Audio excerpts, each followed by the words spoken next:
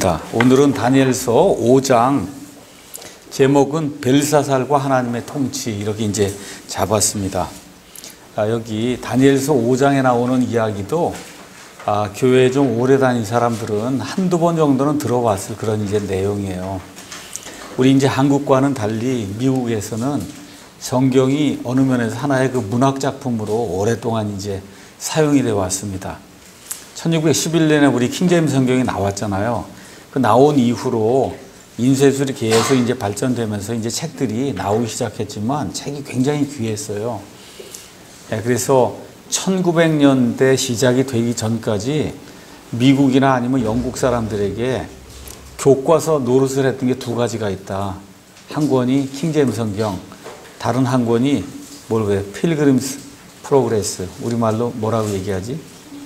철로역정. 그렇죠. 존 버년의 철로역정. 그래서 그 두 가지가 이 세상에서 가장 많이 인쇄가 된 이와 같은 책으로 이제 알려져 있습니다. 그러니까 믿지 않는 사람도 뭐 공부하고 스펠링도 뭐 하려면 성경을 안 볼 수가 없는 거예요. 그럼 성경을 쭉 읽다 보면 결국은 여기 다니엘서 5장에 가면 벽에 손가락이 나타나서 뭐 글을 기록했다. 다니엘은 모르고 벨사살은 모르고 이런 내용은 몰라도 하여튼 벽에 뭐가 나타나서 기록했다 이런 얘기는 웬만한 미국 사람이라 그러면 문학작품으로 성경을 대하는 그런 사람들이 워낙 많기 때문에 다 알고 있는 그런 내용이다. 다니엘서 5장은 드디어 하나님이 말씀하신 대로 바빌론 왕국이 멸망하는 게 이 안에 이제 기록이 되어 있습니다. 바빌론 왕국이 멸망하는 내용이. 자, 제가 처음에 이제 다니엘서 강의를 시작하면서 바빌론이라고 하는 그런 도시에 대해서 제가 잠깐 언급을 했습니다. 바빌론은 고대 여러 도시들이 많이 있었지만 가장 이렇게 쳐부수기 어려운 난공불락의 도시로 알려져 있습니다. 성벽의 둘레가 100km, 그럼 예를 들어 25km, 25 이렇게 생각을 하고 높이가 90m, 성벽의 높이가 90m예요. 그렇죠? 폭이 22m. 이렇게 되는데 여기에 그치는 게 아니고 또 뭐가 있냐. 노수로 다 성벽을 만들었어요. 그럼 웬만한 거 가지고 성벽을 부술 수가 없어요. 또 거기에다가 어떻게까지 했냐. 성벽이 이렇게 있잖아요. 성벽 밖을 이렇게 도랑을 이렇게 파갖고 강물이 여기를 쭉 돌르게 그렇게 만들었어요. 그러니까 외부에 적이 쳐들어와도 그 물을 넘어야 들어오는 거야. 물을 넘으면 또 성벽이 있는 거예요. 그렇죠? 이렇게 되니까 도저히 바빌론이라고 하는 이런 도시는 무너뜨릴 수 없는 그런 도시다. 이렇게 알려진 도시가 바빌론이에요. 그 바빌론이 하루아침에 멸망하는 그런 내용이 지금 이 안에 이제 기록이 되어 있습니다. 더더구나 전쟁이 일어나도 그 안에 20년 먹을 수 있는 양식을 비축해놨다. 헤로도투스라든 이런 역사가들이 그렇게 이제 기록을 하는 거예요. 그러니까 이게 멸망당한다고 하는 건 정말 기적인 거죠. 근데 그 기적이 정말 일어났습니다. 이 내용이 이 안에 이제 기록이 되어 있습니다. 시편 33편 말씀 잠깐 보겠습니다.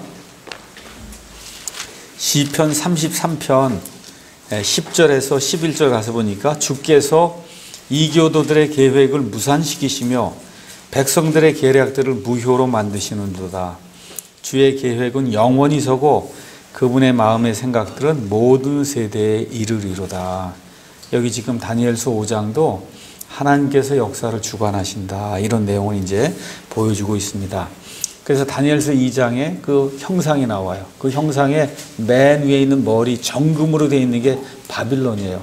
느부갓네살이 생각할 때 이건 절대 멸망하지 않는 그런 왕국이다.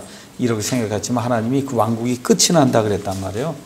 그렇죠? 그래서 오늘 그 바빌론 왕국이 끝이 나면서 하나님의 뜻이 서면서 메데 페르시아 왕국이 들어서는 그런 내용이 이 안에 이제 기록이 되어 있습니다.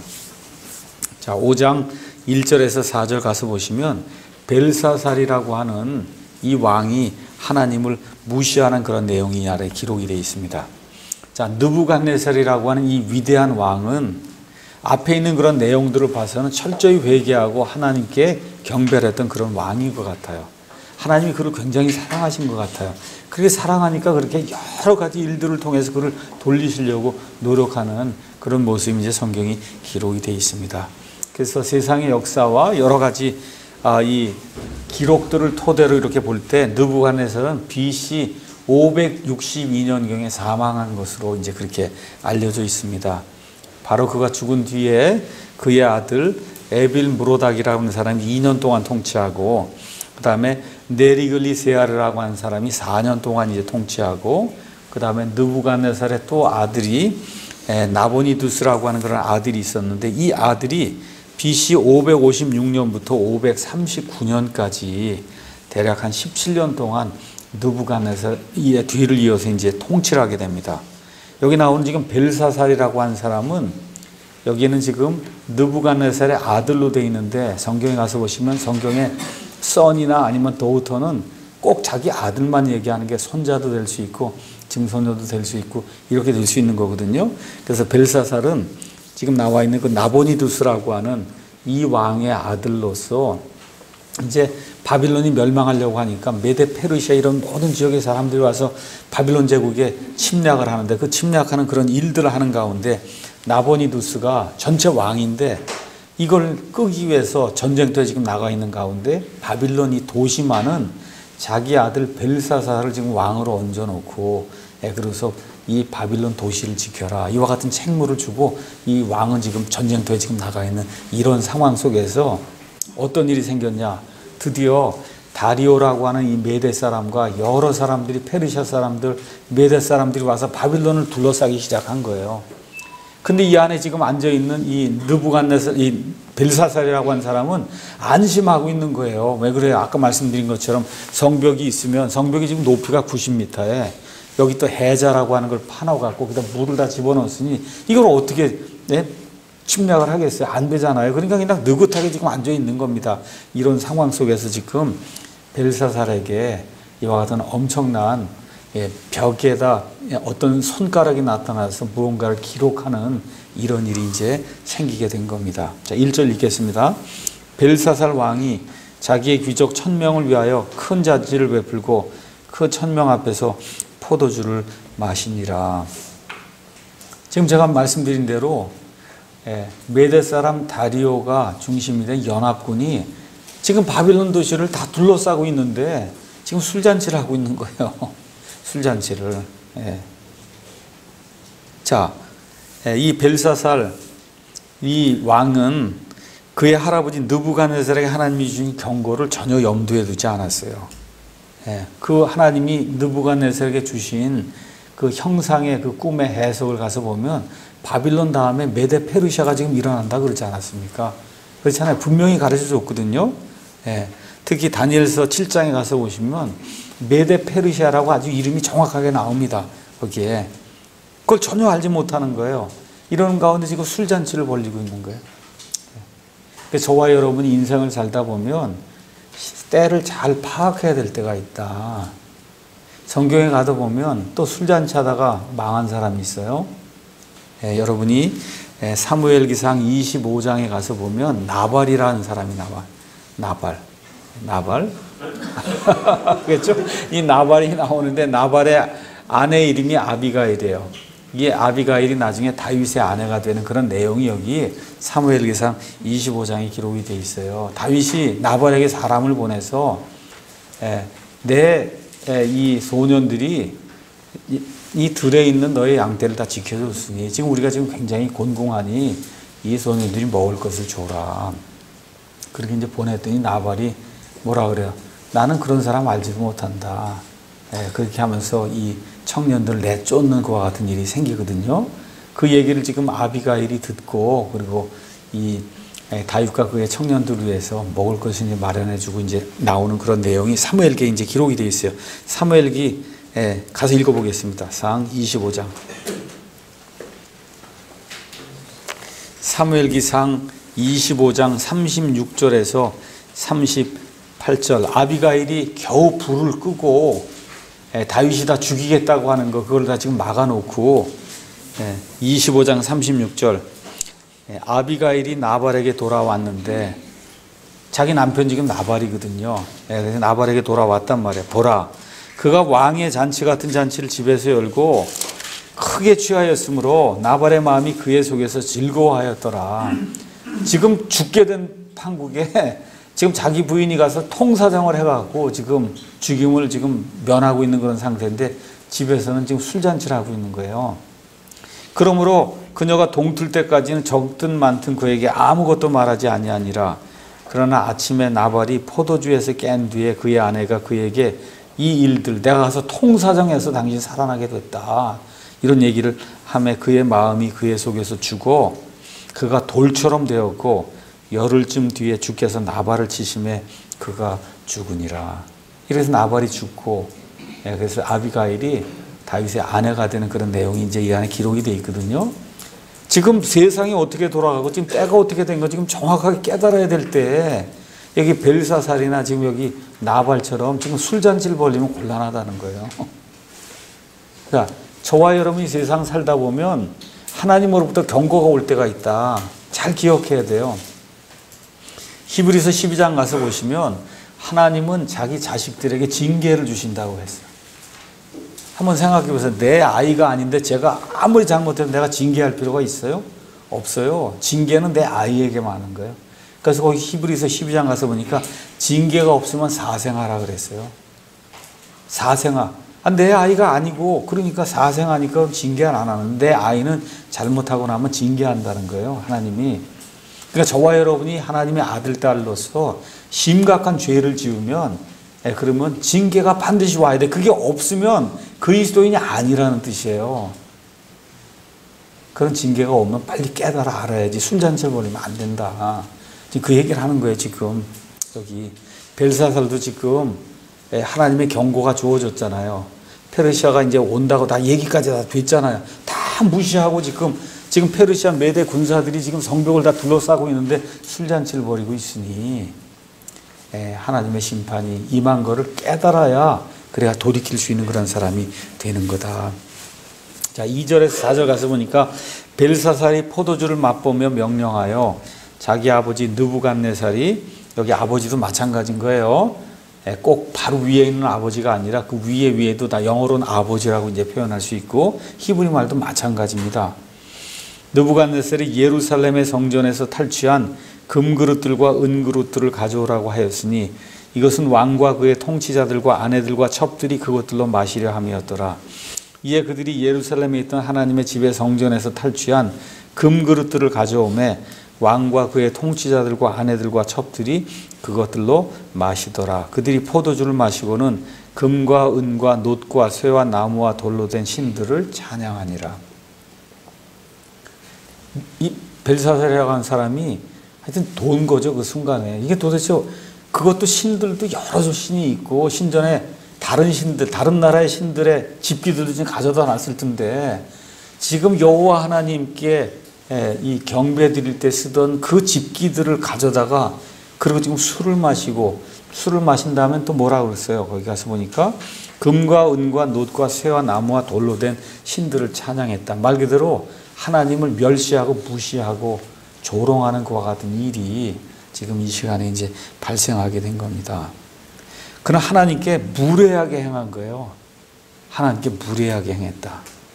그래서 느부갓네살이 다니엘서 3장 29절, 4장 34절에 37절에 하나님이 온 세상을 통치하시는 그런 분이라고 한 사실을 이미 칙령을 통해서 모든 사람에게 알려줬는데 벨사살도 분명히 그 내용을 들었을 거예요. 이 모든 것들을 다 무시하고 그리고 하나님의 것들을 가지고 술을 먹는 이와 같은 악행을 저지르는 그런 내용이 이 안에 기록이 되어 있는 거예요. 이런 것들을 가만히 이제 보면서 뭐 목사든 아니면 우리 성도들이 다 똑같아요.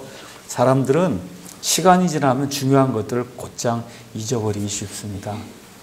이렇게 중요한 것들 꼭 기억해야 될 것들이 있는데 삶을 살다가 이 중요한 것들을 잊어버리면 하나님의 손가락이 나타날 때가 있다. 우리 삶에서.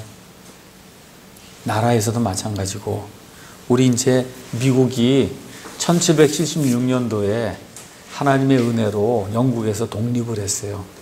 그래서 전 세계에서 처음으로 인간의 양심의 자유, 종교의 자유, 집회 결사의 자유 이런 모든 자유를 허락하는 자유민주주의 헌법을 인류 역사상 처음으로 만든 1776년도에 독립선언하면서 하나님께서 그 이후에 복을 주셔서 미국이 온 세상을 지배하는 그런 나라가 되도록 하나님께 만들어 줬거든요. 근데 지금 하고 있는 그 일 봐요. 어때요? 하나님의 손가락이 지금 나타나게 될 때가 지금 돼 있다니까. 벌써 경제가 중국이 미국을 제치고 전 세계 가장 큰 GDP 이걸 하는 그런 나라로 지금 들어서고 있잖아요. 그렇죠? 이렇게 되면서 한때 영국이 온 세상을 지배했는데 1880년 넘어가면서부터 미국에게 패권을 넘겨줬어요. 미국에게.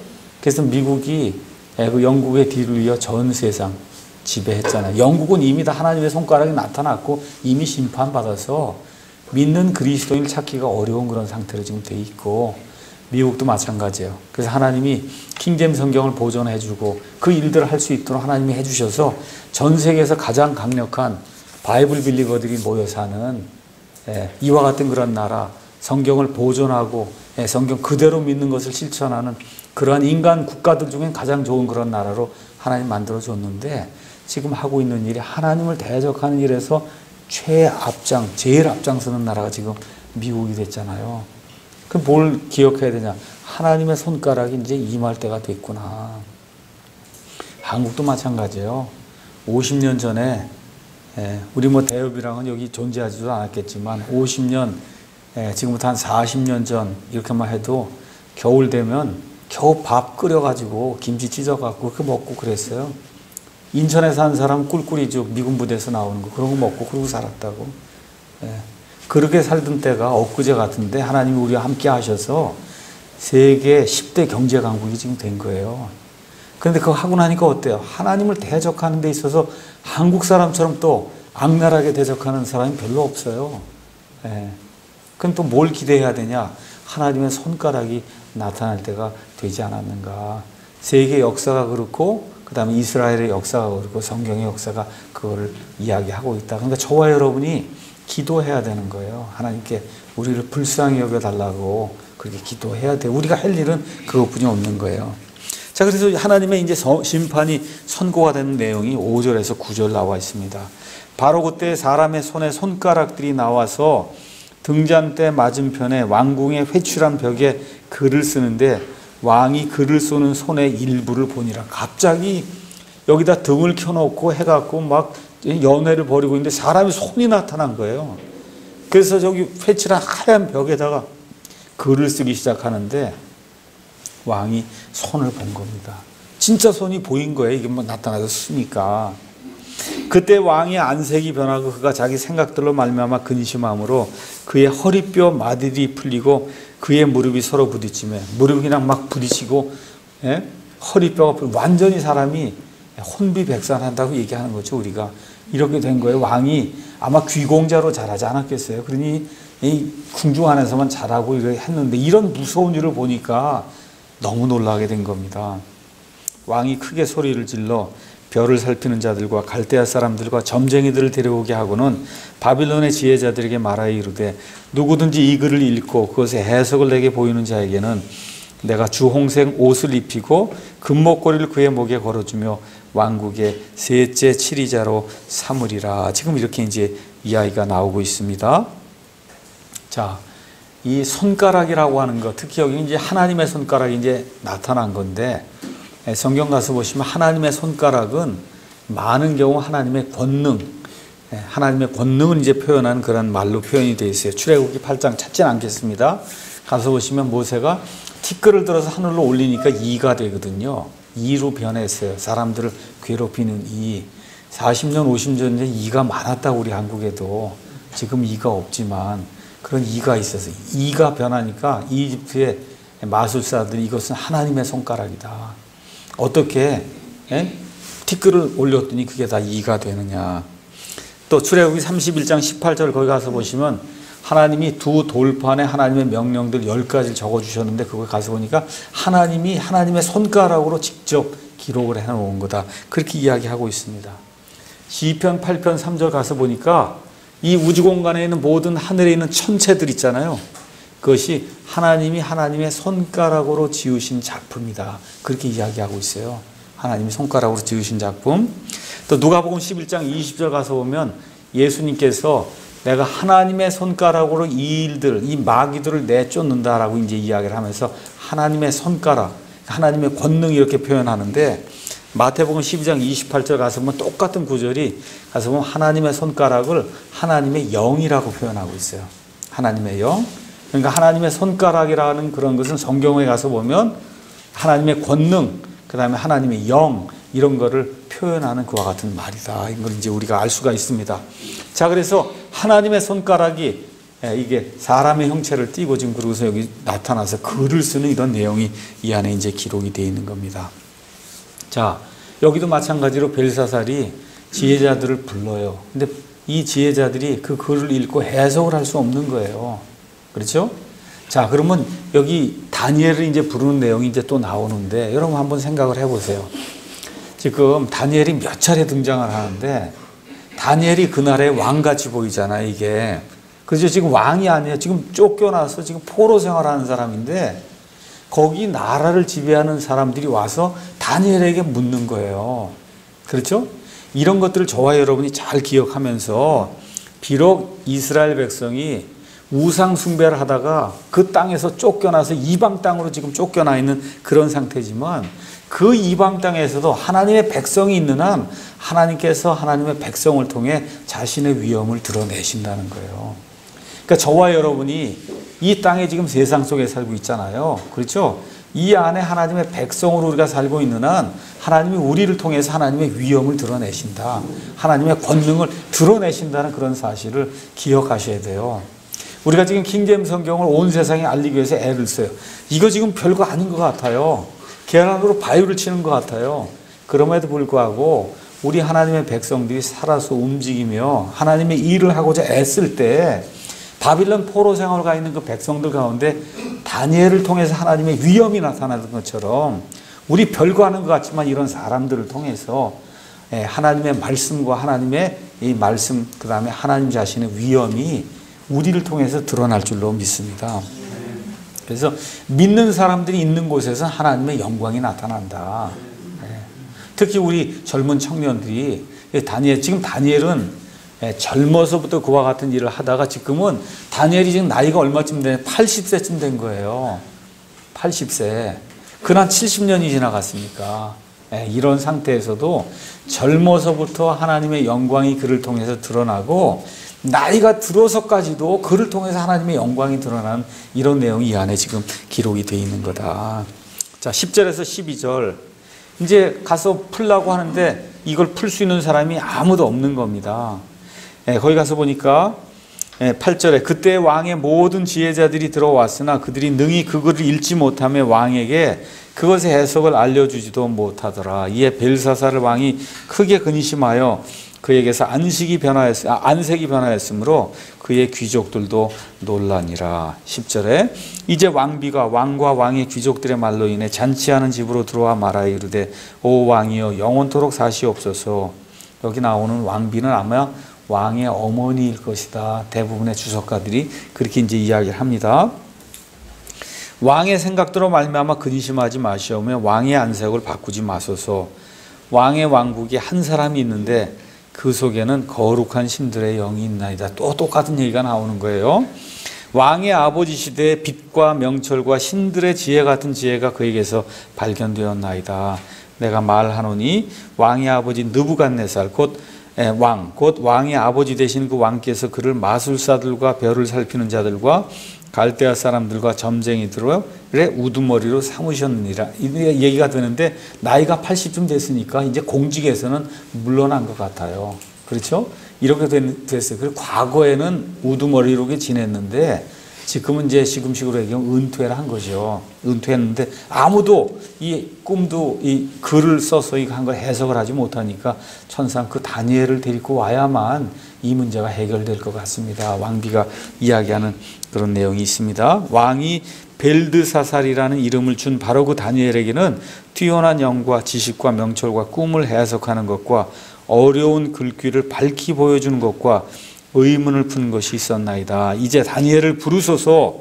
그리하면 그가 그 해석을 알려드리리이다 하니라 라고 얘기해서 왕비가 왕의 어머니가 되는 그 왕비가 다니엘만 있으면 만사 형통할 겁니다. 라고 이제 이야기하는 내용이 이 안에 기록이 되어 있죠.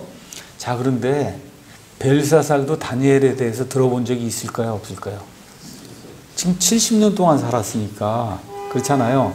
70년 동안 살았으니까 지금 벨사살이 뭐 20세든 30세든 하여튼 다니엘에 대해서 분명히 들어본 적이 있을 거고, 다니엘의 그 세 친구 용광로 사건도 들어본 적이 있을 테고, 그렇죠? 또 느부갓네살에 대해서도 다 들어본 적이 있고, 이게 모든 거 다 아는데도 불구하고, 그리고 어떻게 현실에 안주하면서 모든 걸 다 잊고 그냥 술 먹으면서 이러면서 지내는 이런 왕으로 지금 전락을 한 겁니다. 그래서 저와 여러분이 기억해야 될 거는 나이가 들어도 하나님의 지혜를 소유해야 된다, 끝까지. 나이가 지금 다니엘이 나이가 80세예요. 20살 때만 지혜로운 게 아니라 80세 때까지 계속해서 지혜로움을 유지하고 있었다. 그 지혜는 하나님에게서 오는 거기 때문에. 그래서 야고보서 1장 5절에 야고보가 우리에게 뭐라고 이야기해주고 있냐. 너희 중에 어떤 사람이 지혜가 부족하거든 나이가 많든 나이가 적든 상관없이 모든 사람에게 너그러이 주시고 꾸짖지 아니하시는 하나님께 구하라. 그리하면 그것을 그에게 주시리라. 이렇게 이야기하는데, 지식과 지혜는 조금 차이가 있어요. 지식은 아는 걸 잔뜩 모아놓은 게 그게 지식이에요. 지혜는 그거를 분별해서 적시적소에 쓸 수 있는 게 그게 지혜예요. 그러니까 지식도 많아야 되고 또 지혜가 풍부해야 된다. 특별히 말세를 살아가고 있는 저와 여러분에게 요구되는 게 있어요. 그것은 뭐냐 하면 이 세상이 지금 어떤 세상인가, 이 세상을 분별할 수 있는 그런 지혜를 가져야 돼요. 그 지혜. 그래서 시편 90편은 모세가 지은 거예요. 모세가. 그런 시편이 있는 거 여러분 알고 있어요? 시편 90편은 모세가 지은 거예요. 그 시편 90편에 가서 보니까 모세가 90편 10절에 우리의 햇수의 날들이 70년이요 강건하면 80년이라도 그 햇수의 위력은 수고와 슬픔뿐이니 그 위력이 곧 끊어지며 우리가 날아가 버립니다. 12절 그런즉 우리에게 우리의 날수 세는 것을 가르치사 우리가 지혜에 이르도록 우리의 마음을 쓰게 하소서. 세상이 어떻게 돌아가고 있는가, 하나님의 때가 어떻게 되고 있는가, 그렇죠? 하나님의 경륜이 어떻게 펼쳐지고 이런 거를 잘 연구하고 살펴보고 우리 마음을 지혜에 이르도록 쓰는 그런 사람이 돼야 된다. 지금도 한 2500년 전에 다니엘과 그의 세 친구들이 그런 삶을 살았고, 성경에 나와 있는 하나님의 사람들이 다 이렇게 자기의 날수 세는 걸 깨닫고 하나님 앞에 내가 어떤 존재인가 이런 거 정확하게 깨닫고, 이 사도 바울의 여기 사도행전의 그 기록을 가서 보면 이 세대를 섬기다가 하나님께로 가는 거다. 우리 대여빈이 나니 다 이 세대, 내가 맡고 있는 세대가 있어요. 그러니까 나는 내가 맡고 있는 세대, 이 세대를 위해서 킹제임스 성경을 어떤 식으로 하여튼 번역을 했잖아요. 그렇잖아요. 교회를 하고 있잖아요. 이런 일들 내가 최선을 다해서 난 내 세대를 섬기고 그러고 가는 거예요. 이 다음 세대가 또 자기에게 주어진 것과 같은 책무를 또 하고 가는 거고, 그래서 날수 세는 거를 잘 해서 지혜롭게 이 세상을 사는 게 지금 말세에는 굉장히 중요하다. 다니엘이 나이가 80이 들어서도 지혜가 끊어지지 않고 이렇게 할 수 있었던 것, 하나님을 두려워했기 때문에, 하나님께 지혜를 간구했기 때문에 이런 일이 가능했다. 자, 심판의 경고가 13절에서 29절에 이제 나와 있는 겁니다. 먼저 13절에서 17절에는 왕이 먼저 다니엘에게 환심을 사기 위해서 이것만 알려주면 많은 보상을 주겠다고 약속하는 내용이 그 안에 기록이 되어 있습니다. 그때 다니엘이 왕 앞에 이끌려 나오매 왕이 다니엘에게 말하여 이르되 내가 내 아버지 왕이 유대인 거주지에서 데려온 유다의 포로된 자들의 자손에 속한 그 다니엘이냐. 내가 너와의 대화에 들었는데 내 속에는 신들의 영이 있으며 빛과 명철과 뛰어난 지혜가 내게서 발견되었다 하는도다. 지금 지혜자들이 별을 살피는 자들을 내 앞에 지혜자들과 별을 살피는 자들을 내 앞에 데려다가 그들이 이 글을 읽고 내게 그것의 해석을 알려주게 하였으나 그들이 능히 그것에 대한 해석을 보이지 못하였느니라. 내가 너에 대하여 들었는데 너는 해석을 할 수 있으며 의문을 풀 수 있다 하는도다. 그런즉 이제 내가 그 글을 읽고 그것의 해석을 내게 알려주면 내가 내게 주홍색 옷을 입히고 금목걸이를 내 목에 걸어주며 왕국의 셋째 치리자로 삼으리라 하니라. 여기 주홍색 옷 이런 게 나온 게 지금은 염색하기가 쉬우지만 옛날엔 염색이 굉장히 어려웠어요. 이런 특별히 이게 주홍색, 뭐 보라색 이런 거는 조개 이런 거에서 나오는 그와 같은 걸로 이게 염색을 했기 때문에 대단히 귀한 거예요. 예, 대단히 귀한 거다. 그래서 왕국의 셋째 치리자로 딱 삼아주겠다 이렇게 하고 이 보상을 줄 것을 이제 이야기하는 내용이 그 안에 이제 기록이 되어 있습니다. 그때 이제 다니엘이 이제 이야기하는 겁니다. 그때 다니엘이 왕 앞에서 응답하여 이르되 왕의 선물은 왕이 다 가지십시오. 이제 뭐 80이 됐는데 이거 뭐 해서 무슨 소용이 있어요. 그렇죠? 왕의 선물은 왕이 다 가지시고, 그렇죠? 왕의 우상은 다른 사람에게 주십시오. 그러나 내가 왕을 위하여 그것을 읽고 그 해석을 왕에게 알려드리겠다.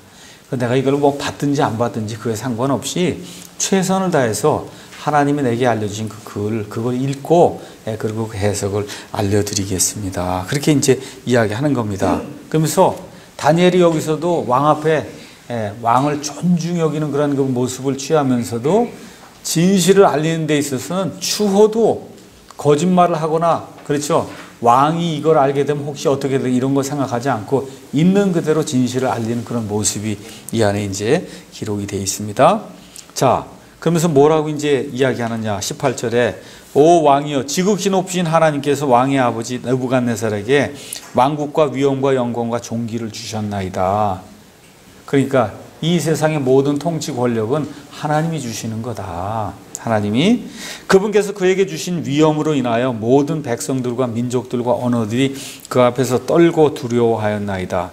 그가 자기가 원하는 자를 죽이고 자기가 원하는 자를 살리며 자기가 원하는 자를 세우고 자기가 원하는 자를 낮추었으나 그의 마음이 높아지며 그의 생각이 교만 속에서 강팍하게 되므로 그가 자기 왕좌에서 쫓겨나고 그들이 그에게서 그의 영광을 빼앗음에 그가 사람들의 아들들에게서 쫓겨나 그의 마음이 그의 심장이 짐승들의 심장과 같이 되고 또 그의 거처가 들나귀들과 함께하며 또 그들이 소처럼 그에게 풀을 먹이매 그의 몸이 하늘의 이슬에 젖었고 마침내 그가 지극히 높으신 하나님께서 사람들의 왕국에서 다스리시며 자신의 뜻대로 누구든지 세우사 그것을 다스리게 하시는 줄을 알게 되었나이다. 벨사살 왕 당신도 이걸 알지 않습니까? 지금 그 얘기하는 거예요. 그렇죠? 느부갓네살이 칙령을 보내서 그래서 온 세상 모든 사람에게 다 알렸잖아요. 그럼 저기 벨사살도 이 내용을 지금 알고 있는 유명한 내용이에요. 바빌론에서는. 그렇죠? 내가 지금 왕이 됐고 뭐 통치하지만 실질적으로 이 모든 것을 다스리신 분은 하나님이다. 이 바빌론 왕국에서는 다 아는 그런 사실인데 22절 오 벨사살이여 왕은 그의 아들로서 이 모든 것을 알면서도 마음을 낮추지 아니하였습니다. 그냥 알았다는 거예요. 알면서도 그러면서도 마음을 낮추지 아니하고 23절 도리어 자신을 높여 자기를 높여 하늘의 주를 대적하며 그들이 그분의 집에 그릇을 왕 앞으로 가져오매 왕과 왕의 귀족들과 아내들과 첩들이 그것들로 포도주를 마시고 은과 금과 녹과 쇠와 나무와 돌로 된 신들 곧 보지도 못하고 듣지도 못하고 알지도 못하는 신들을 찬양했다는 거예요. 세상의 모든 사람들이 만드는 그 우상 여기 있는 그대로 보지도 못하고 듣지도 못하고 그렇죠. 사람들이 다 날라해도 움직이지는 못하는 그런 신들에게 찬양을 한다는 게 이게 말이 되는 겁니까? 지금 다니엘이 이야기하는 거죠. 또 하나님 즉 손에 왕의 수음을 쥐고 계시며 왕이 지금 살아있다고 하는데 그 왕의 수음을 지금 누가 쥐고 있냐? 하나님이 쥐고 있는데 어찌하여 그 사실을 알지 못합니까? 자신의 길을 왕의 모든 길로 삼으시는 분께는 영광을 돌리지 아니하였나이다. 왕이 뭐 하는 것 같아도 그 모든 게 다 하나님의 손 안에 지금 들어있다. 그러므로 그분께서 손의 일부를 보내사 이 글을 기록하게 하셨나이다. 지금 그렇게 이야기하고 있는 겁니다. 그렇죠? 그래서 여기 다니엘이 이 왕 앞에서 정말 예의를 갖추면서 왕 앞에 모든 것들이 보이면서도 그러면서 진실을 보여주는 그런 내용이 나와 있어요. 그래서 저와 여러분이 꼭 기억해야 될 거는 모든 권력은 하나님에게서 나와요. 로마서 13장 1장에 나와 있는 것처럼. 그렇기 때문에 이 권력자가 하는 그런 일들이 싫어도 그 권력자가 가지고 있는 그 권위 때문에 그 사람을 존중해야 된다. 성경이 그렇게 이야기하는 거예요. 그러니까 우리가 내가 예를 들어 박근혜 대통령이 싫다 그래도 박근혜 그렇게 하면 안 된다는 거예요. 알겠죠? 말을 할 때 아시겠죠? 노무현 대통령이 싫다 노무현이 이러면 안 된다는 거예요. 노무현 대통령이 뭐 이렇게 높여줘야 된다는 거예요. 이게 왜 그러냐? 유다서에도 이렇게 기록이 되어 있어요. 한번 가서 잠깐 보겠습니다. 자, 모세가 죽었습니다. 근데 사람들이 모세의 몸을 놓고 무덤을 가져다가 만들고 그래서 모세를 숭배할까봐 하나님이 모세의 몸을 몰래 먼 곳에 갔다 하나님이 직접 장사를 지낸 그런 내용이 신명기 끝에 가면 나와 있어요. 자, 가서 유다서 8절 가서 보니까 유다서는 한 장뿐이 없기 때문에 8절 또 그와 마찬가지로 이 추악한 꿈꾸는 자들도 육체를 더럽히고 통치권을 멸시하며 위엄 있는 자들을 비방하는도다. 그러나 천사장 미가엘도 모세의 몸에 대하여 마귀와 다투며 모세가 죽었어요. 하나님이 몸을 들여다가 어디다 놓으니까 마귀가 나타난 거예요. 이 몸은 내 거다. 그렇게 될 때 하나님이 미가엘 천사장을 보내거든요. 하나님의 사자로 미가엘 천사장이 왔으니 하나님 대신 야단도 치고 그래야 되잖아요. 근데 그거 뭐라고 이렇게 돼 있냐? 마귀와 다투며 논쟁할 때 감히 그에게 욕설로 비난하지 않아야 했다. 여러분과 제가 기억해야 될 것이 있어요. 마귀를 우습게 생각하면 안 된다는 거예요. 이 마귀, 이 루시퍼는 하나님이 만든 창조물 중에 가장 뛰어난 존재예요. 뛰어난 존재. 그러니까 마귀는 내가 목을 잡고 이렇게 할 수 있는 이런 존재를 생각하면 안 되는 거예요. 이게 마귀 하면서. 그럼 여기 있는 것처럼 다만 이르되 주께서 너를 꾸짖으시기 원하노라 하였느니라.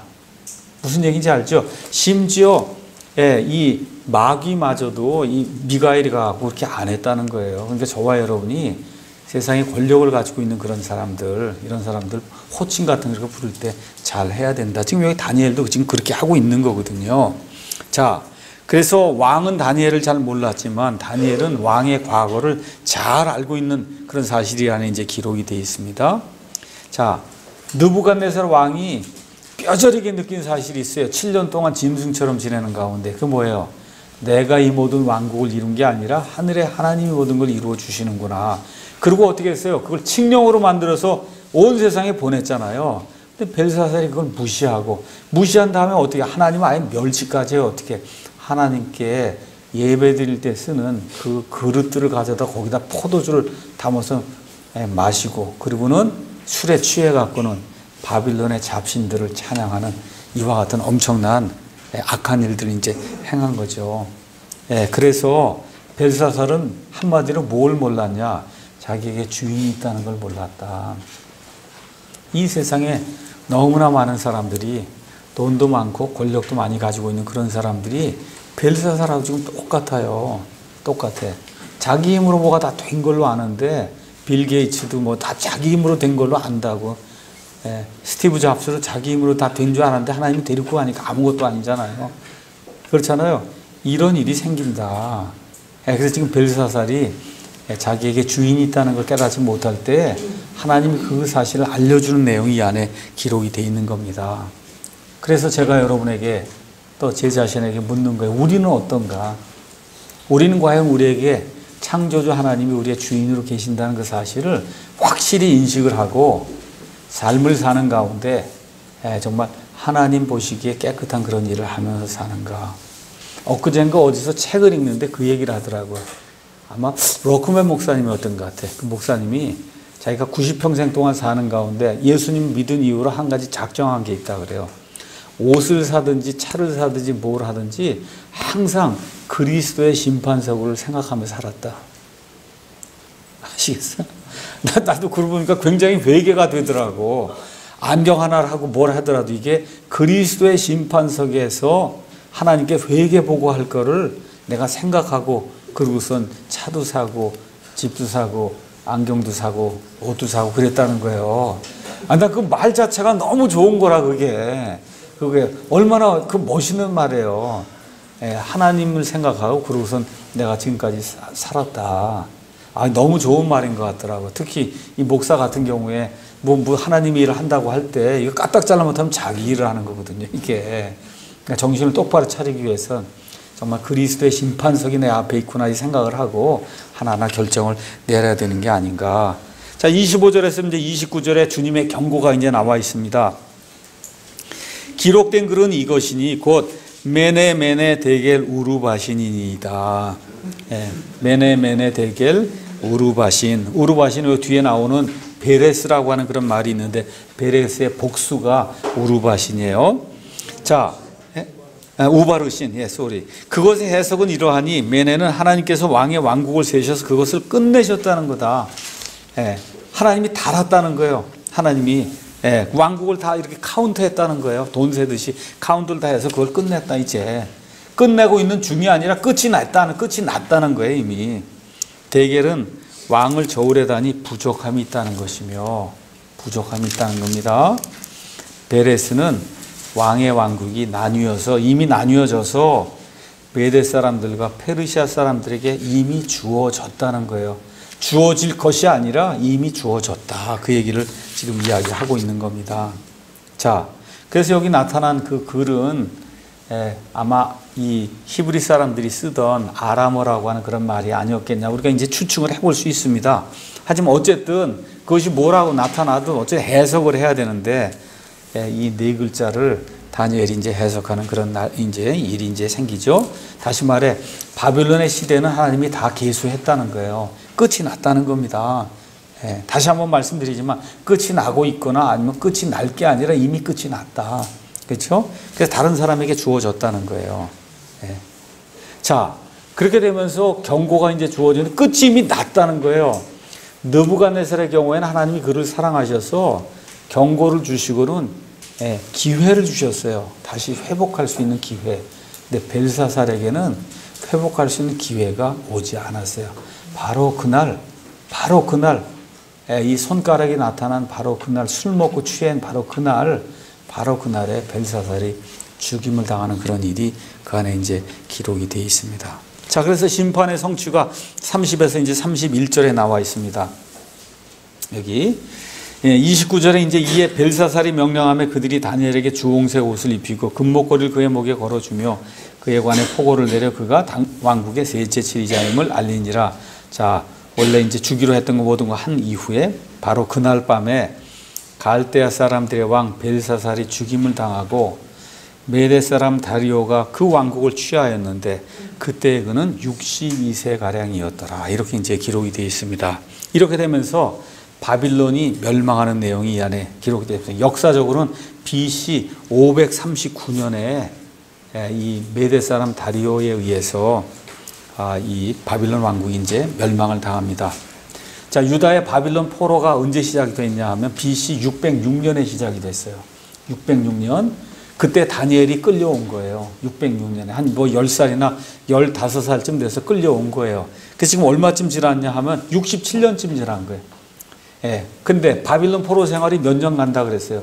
70년 간다 그랬으니까 이 다리오가 있은 다음 통치하고 나서 한 2년 반쯤 지나서 드디어 만 70년이 될 때 고레스라고 하는 그런 왕이 나타나서 그래서 다시 이스라엘 돌아가라고 하는 그와 같은 내용이 성경에 이제 기록이 되어 있습니다.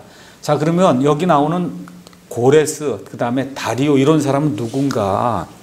여기 나오는 사람은 메대 사람 다리오라고 되어 있어요. 메대 사람 다리오. 이 당시에 이미 페르시아 제국은 고레스라고 하는 사람이 다스리고 있었어요. 왕으로. 근데 이 고레스하고 다리오는 무슨 관계냐? 역사적인 이런 정황들을 봤을 때 다리오는 페르시아 왕 고레스의 친척, 특히 아마 외삼촌으로 알려져 있습니다. 그때 고레스의 나이가 한 40세쯤 되었을 때 여기 지금 다리오는 나이가 62세로 지금 이렇게 이제 나와 있거든요. 그래서 이 메대 사람들하고 이 페르시아 사람들이 연합군을 형성해서 여러 민족들을 정복하고 다스리는 그러한 때였어요. 그래서 메대는 영어로 미디아 이제 왕국이다. 그래서 창세기 10장 2절 가서 보면 야벳의 아들 중에 마대라고 하는 사람이 나와요. 마대에게서 나온 게 메대 사람이 나오는 거예요. 여기. 그래서 이 메대는 지금 어디에 있냐? 이란이 있으면 이란 바로 위에 아제르바이잔이라는 나라가 있어요. 아제르바이잔. 그 나라가 메대입니다. 메대. 그 다음에 페르시아가 지금의 이란이고. 그래서 이거 메대하고 페르시아는 둘이 한민족이나 마찬가지예요. 예, 옛날부터 이제 그렇게 돼 있었습니다. 예, 이렇게 돼서 이 메대는 페르시아의 북쪽, 지금의 아제르바이잔 여기를 이제 가리키고, 페르시아의 고레스 왕에 의해서 메대 사람들이 이제 정복을 당합니다. 근데 페르시아 사람들이 메대 사람들을 아주 친절하게 잘 대해줘요. 그렇게 되면서 메대와 페르시아는 그 이후부터 거의 한 나라로 성경에 기록이 돼 나와요. 메대와 페르시아 두 개가 쌍둥이처럼 계속 같이 이제 나오게 됩니다. 자, 그래서 다리오는 바빌론을 정복하고 바빌론의 왕으로 세워진 거예요. 바빌론의 왕.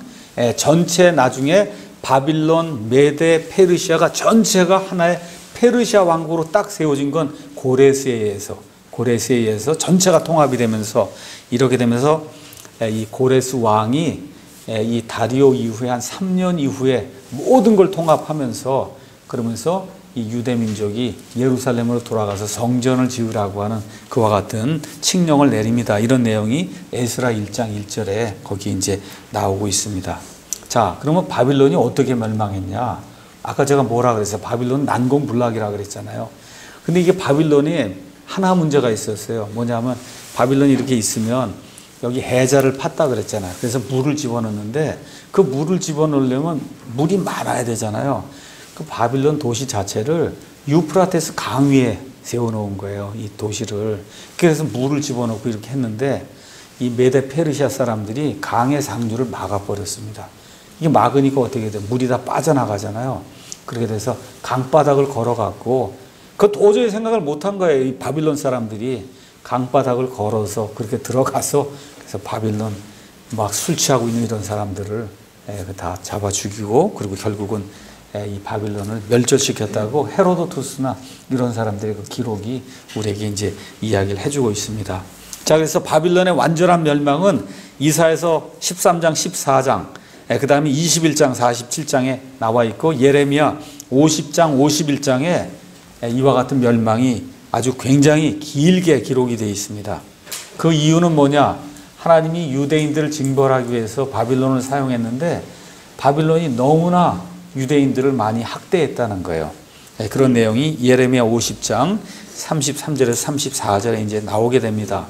이렇게 돼서 바빌론은 이사야서 13장 19절에서 20절 말씀에 따라 영원 무궁토록 황무지가 되고 말았어요. 그래서 지금 바빌론 찾아가면 없습니다. 이 바빌론을 다시 일으키려고 했던 사람이 이라크의 후세인 왕이에요. 후세인. 바빌론의 그 영광을 세워야 되겠다. 그럼 무슨 얘기야? 바빌론을 다시 이렇게 세우려고 그렇게 노력했거든요. 근데 하나님이 바빌론은 영원 무궁토록 황무지로 남아야 된다. 이사야서에 그렇게 말씀해 주셨거든요. 예. 그래서 결국 바빌론은 이 땅에는 존재하지 않아요. 그리고 요한계시록 17장, 그 다음에 18장에 음녀 바빌론이라고 하는 세상을 장악하는 어떠한 그 영적인 그런 세력으로 이 세상 끝까지 남아있는 것을 성경이 이제 이야기하고 있고, 그래서 성경은 창세기 10장에 바빌론에서 시작해서 이 세상의 모든 왕국이 계시록 17장, 18장에 바빌론이 멸망하는 것으로 끝이 난다. 이렇게 또 이해하시면 좋습니다. 왕국으로부터 시작해서 왕국으로 끝나는 건데 세상 사람들의 왕국은 바빌론에서 시작해서 음녀 바빌론으로 끝나는 것으로 성경이 이렇게 대조를 이루고 있다. 자, 이런 것들을 기억하면서 벨사살은 하나님의 말씀을 무시하고 멸시하다가 결국 죽임을 당했습니다. 하나님은 악한 국가를 멸하시는 것도 하나님 자신의 계획에 따라 늦추시기도 하고 빨리 집행하시기도 한다. 그래서 이런 것들을 가만히 보면서 느부갓네살 왕이 신상의 꿈을 꿨잖아요. 그렇죠? 바빌론 다음에 뭐가 일어난다고요? 메데 페르시아. 그대로 되잖아요. 그렇죠? 이런 일들 보면서 성경에 기록된 그대로 이 예언의 말씀이 이루어진다. 그래서 7년 환란기가 이루어지기 전에, 이 땅이 이루어지기 전에 믿는 자들의 휴거가 일어난다고 이야기하고 있어요. 그렇죠? 저와 여러분은 그 환란기에 들어가지 아니하고 하나님의 나팔 소리가 날 때 공중으로 채어 올라가는 그런 세대에 속할 수 있는 특권을 가지고 있는 사람들이다. 그래서 어려움이 있고 힘든 일이 있어도 우리의 소망을 하나님께 두고 하나님이 과거에 말씀하신 대로 모든 것들을 이루셨으니 성경에 기록된 그 말씀 그대로 예수님 공중 강림하실 때 우리를 공중으로 채워 올리는 그와 같은 일이 실질적으로 일어날 수 있다. 이런 소망을 가지고 그리고 믿음 생활에 전진한 저와 여러분이 예수님의 이름으로 축원합니다.